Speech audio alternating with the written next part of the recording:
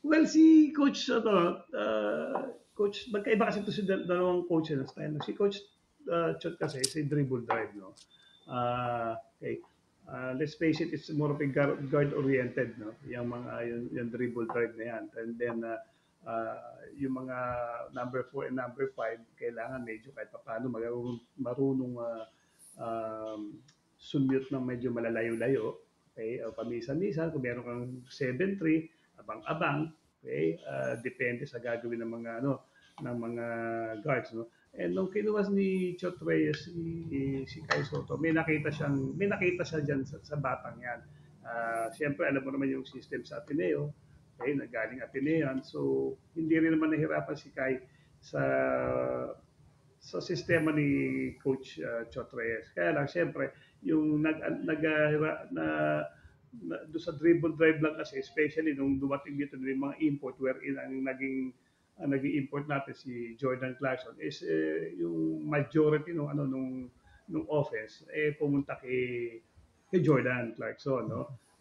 Ngayon dito naman sa style naman ni Coach Timpon, it's like parang everybody's given equal opportunity. It's more of a motion kind of system na meron na kahit papano na ipapasok ng konti yung nakita ko may konting triangle pero more shot and motion na lahat binibigyan ng pagkakataon to show their worth, no. At nakikita ko rito na parang si Kai nabibigyan ng ng ang kanyang galaw sa court ay nabibigyan ng importansya.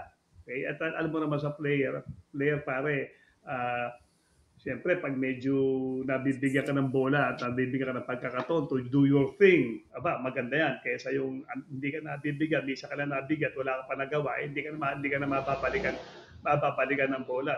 So, ang nakikita ko, malaki ay ini-improve ni Kai dito kay Coach Timpon, Coach, Coach Timpon, kasi dito, na parang nailalagay siya sa posisyon na gusto niya talaga para mag-excel dito sa kanyang posisyon.